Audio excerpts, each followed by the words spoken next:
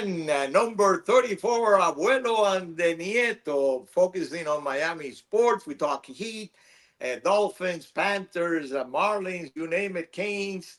And we're going to be looking at the draft, NFL draft coming up. What would the Dolphins be looking at and trying to select in the first couple of rounds? Also, the playoffs, NBA playoffs, who are the favorites to be in the final? Also, of course, the Heat. Do they have a shot against the Cavaliers? The Marlins have a new prospect that they just brought up. He made his debut with the Marlins. Got a base hit, by the way. So we're going to be talking Marlins also.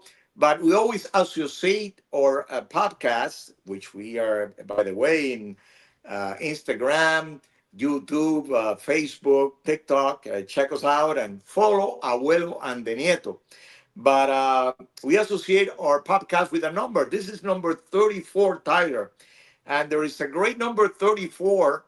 And we're going to have him in Miami sports legend pretty soon.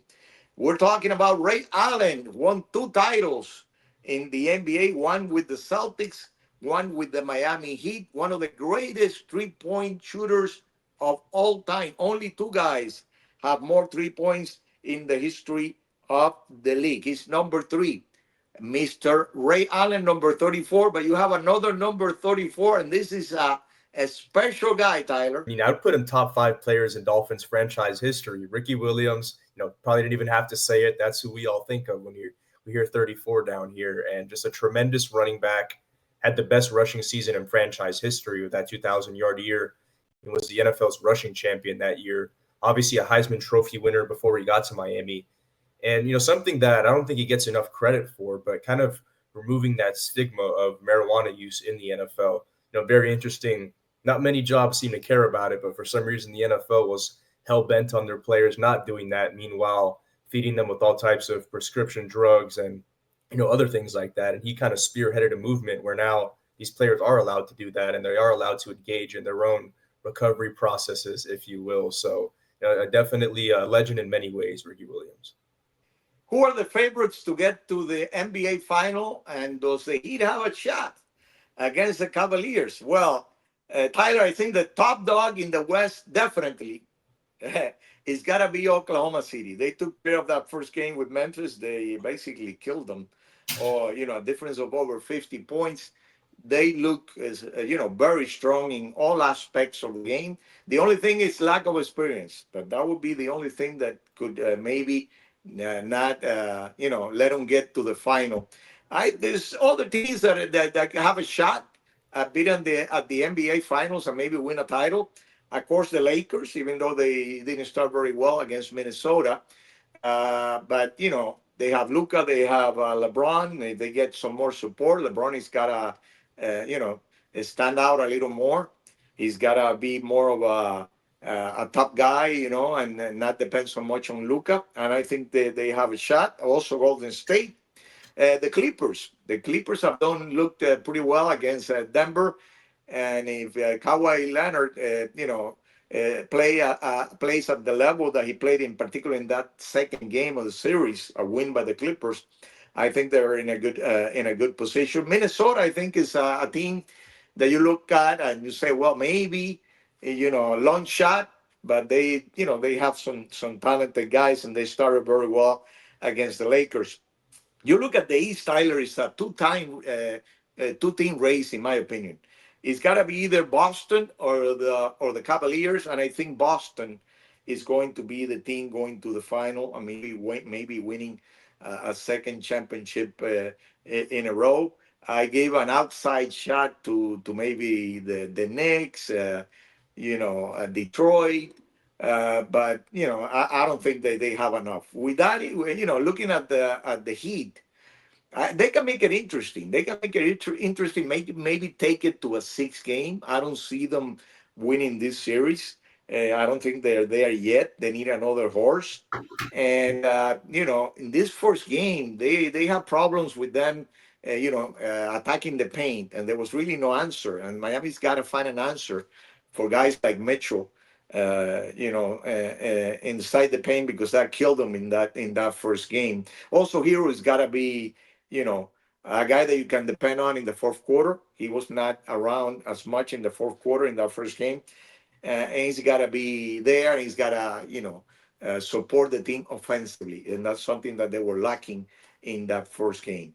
I don't know how you see this situation with the NBA playoffs, but right now I think they're interesting. They're very competitive. Some tight races, some tight series, which make it obviously very interesting. Yeah, I agree with what you said about Minnesota. If I had to pick a sleeper surprise pick to win it all, it would definitely be them. Got up to kind of a rough start to the season, but they've picked it up as of late. And you just look at that team, 1 through 5. Even look at their bench; they're very deep. Obviously, they have a great guard play, Anthony Edwards. We don't have to say that, but defensively, look at perimeter defenders, guys like Jaden McDaniels. But then you have interior defenders, Naz Reid, Rudy Gobert. So they're a team that doesn't really, and then yet they have shooters. Obviously, Dante DiVincenzo, we saw that shot last game, just a tremendous shooter, had one of the best 3-point shooting percentages in the NBA this year. So when you have a team like that who doesn't really seem to have many weaknesses, I think the only concern is playoff experience, but they also got some of that last year as well. So, they've gotten their licks in, they've got a couple lashes down. So I wouldn't be surprised if this is a team that at least we'll see in the Western Conference Finals, and I'm expecting them to knock down the Lakers without much of a problem at this point. Oh, LeBron's not going to be very happy about that statement, Tyler, but I won't tell him anything. He'll forgive me. He's got to watch Abuelo Andenia to find out, your statement. And Luca's not going to be very happy either. Recognizing star Hispanic athletes, we have done this already a few weeks, and people love it. And why? Because not enough people doing this. Basically telling the story of great Hispanic athletes. And today we're talking about Juan Manuel Marquez, the great Mexican fighter, one of the greatest Hispanic fighters of all time. And Juan Manuel Marquez won titles from the featherweight to the junior welterweight division. He won in 4 different weight divisions. Started his career in 1993 and went all the way to 2014. Memorable fights. He had 4 memorable fights against Manny Pacquiao, and he had a record of 1-2-1, 1 win, 2 losses, and 1 draw. But a lot of people think that he won at least 2 of those fights, and in particular, that last fight that he had with Pacquiao at welterweight is a memorable fight because it's one of the greatest knockouts of all time, Tyler. Over, with a right hand. He's a tremendous counter puncher, and he hit him with that counter punch. And Pacquiao, who's rarely gets knocked out, was knocked out for a few minutes. That was, people were, wondering, afraid whether he could get up or not. He had a great fight against also Marco Antonio Barrera. Had 56 wins in his career, only 7 losses, 1 draw, which was against Pacquiao, 40 wins by way of knockout. And like I said, a tremendous counter puncher, one of the greatest counter punchers in the history of boxing, already a member of the International Boxing Hall of Fame in 2020.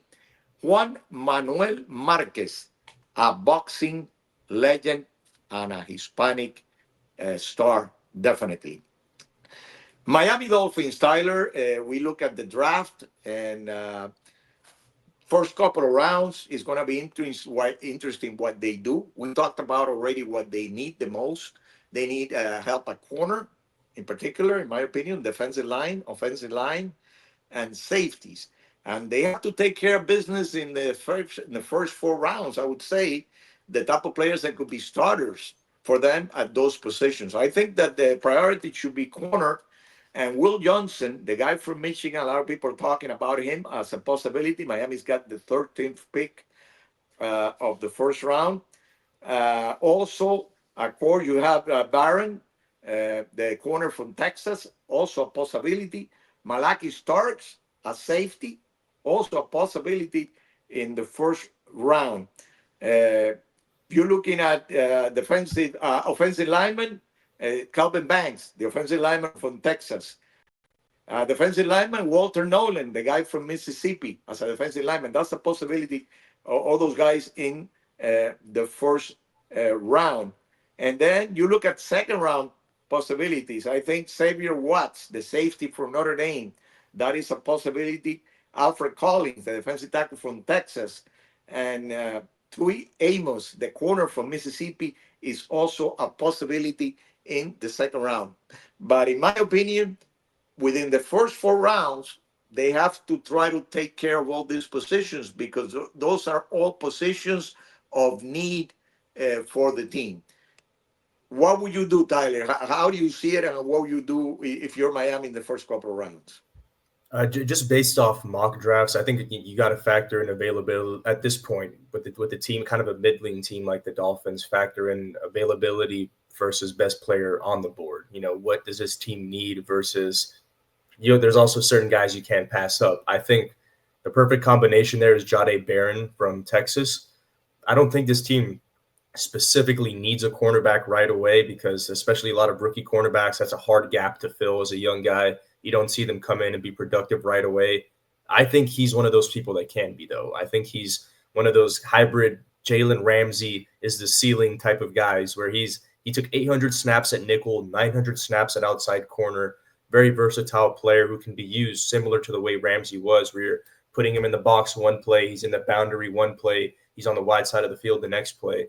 Somebody like that who you can move around is so valuable in your defense, and somebody who can, at some point end up becoming a defensive captain on this team. He's the third highest rated overall defensive back on Pro Football Focus, but he was also the third best defensive back for run defense. So like I said, just a super well-rounded player. The guy's almost a linebacker, a corner, and a safety at the same time. So if that guy's available at 13, which, like I said, the mock drafts making it seem like he will be, that'd be who I'd go with without even thinking twice about it, because Will Campbell from LSU is not going to be there. He's probably going to be the fourth or fifth pick. And I think once you get past him, maybe the guy from Ohio State, there's a big gap between offensive linemen. So the guy you can get in the second round is no different from the guy you're going to be able to get at 13. Interesting also the selection of a quarterback, Tyler. I think they're selecting a quarterback, and I would say beginning in the fourth round, because they have those needs that they have to take care of before that. So beginning in the fourth round, maybe up to the sixth round, there is a quarterback that is coming to Miami, in my opinion. And then we have to decide who would it be, and that would be very difficult to make a selection at this time. Who would that be? But I would say between the fourth and the sixth, Miami is picking a quarterback, which they would see him as a third string quarterback, but you never know. But they need to have depth at that position because of what happened in particular last season. And also, there's always a surprise. You might end up with a surprise. And that tight end from Penn State, Tyler, he's available in the 13th pick. What do you do? Would you take him? You would consider it, right? That was the best football player I watched last year, besides maybe Travis Hunter, 1 and 2. That guy from Penn State. He's playing. When do you see a tight end play quarterback? He was so good that they'd put him under center. They just snap him the ball right away. It sounds very cliche, but he's the tight end that I compare most to Travis Kelce out of these past few guys that have come out. Brock Bowers, I did not say that. All these people, but when you look at this guy, his ability after the catch and just like where you can plug him and play everywhere. If he's available at 13, I know Jonnu Smith had a great year. You rarely have to replace a Pro Bowler, but that's somebody you can't pass on. That's a good point there. But even then, if it's between Warren and Barron, that would still be tough because, like I said, you do have a Pro Bowl tight end. In any other situation, I'd probably go Warren though. Yeah, and that guy, of course, you gotta pick him in the 13th if you're lucky because he's not gonna be available later on for sure. Tyler, the Marlins made a move with a prospect. The last couple of games, they had some problems with the Phillies, but they have played better in the last couple of games. And they brought up Agustin Ramirez, a catcher. They got him in the trade with the Yankees, and he's supposed to be one of the top 2 or 3 prospects in their farm system. He was hitting AAA at 254 with 12 RBIs, 3 home runs in only 19 games. He's hit over 260, 266 to be exact in the minor leagues up to now. And offensively, he's ready. Offensively, he's ready, and he already got a base hit in his first at bat with the Marlins at the majors recently. But defensively is when he's got to get better defensively. And I think they're giving him a tryout. They're developing him. They might bring him back to AAA later on in the year, and then bring him back in September again. But that is the future. That is the future for the Marlins and catcher Agustin Ramirez. We have a segment that is always one of the favorites of our listeners and our viewers, Tyler, which is Miami Sports Trivia. So, what is it that you have for the old man this time around? This is we did a little high school athlete segment a while back, so throw it back there a little bit. Who is the all-time leading rusher in Miami-Dade County history? Oh, you see, there's a guy that I remembered because he went to my school. I know he's probably not the guy, but C.J. Crum, and that was back in the 70s. He was like one of the two or three best running backs in the state, and I know he's not the guy. Uh, it's not. It's probably one of the Cook brothers, right? No, that was no. It's not one of the Cook brothers. Is a guy from Columbus, Tyler? No. No, not a guy from guess. Not a guy from. You're missing a really obvious one, which is it's still wrong, but you're missing. I would at least think you'd guess this one. Oh, the guy from Central. No. No. That's Cook. Oh, Freeman. No, not Freeman. Oh. No. So the record originally belonged to Frank Gore, which Frank Gore. Okay. I don't know how you forget Frank Gore, but a couple years that's after, the Coral Gables High guy. Yes. And remember, my problem is with the names. I remember like sometimes the numbers, the school that they went to, even if they won championships. Sometimes the name is the one that's giving me problems now. Okay, so it's not Frank Gore. But it's not Frank Gore. Frank Gore is number 2. Number 1 is Bobby Washington from Miami Killian. He was a tremendous player, went on to started off at Miami, didn't see a lot of playing time there, so he went to NC State, played pretty well there, but then he went to Eastern Kentucky, a little bit of a smaller school, and was a 1,000-yard rusher, 10 touchdowns in a season. So, had a pretty good college career, and his son, Bobby Washington Jr., is actually a linebacker at UM right now. He has twin sons, so it's Bobby and Robbie. Robbie was also at UM. He just transferred over to Coastal Carolina as a wide receiver. But Bobby Washington Jr., very hard hitter, number 17, young guy on the UM team. I'd look out for him next year too. Played at Palmetto.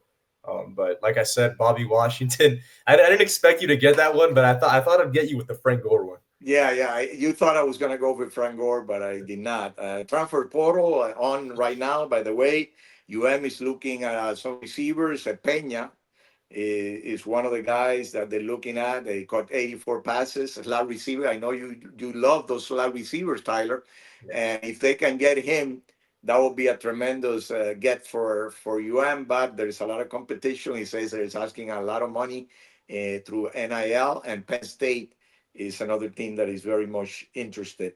But Miami will be getting some young good guys, defensive line, linebacker, and receiver. They have some other options at receiver. My question with Miami Sports Trivia. This is an easy one, Tyler. I think you're gonna get. You always give me the difficult ones, and I give you the easy ones. I gotta change this. But who were the Marlins MVPs for the '97 World Series and the 2003 World Series?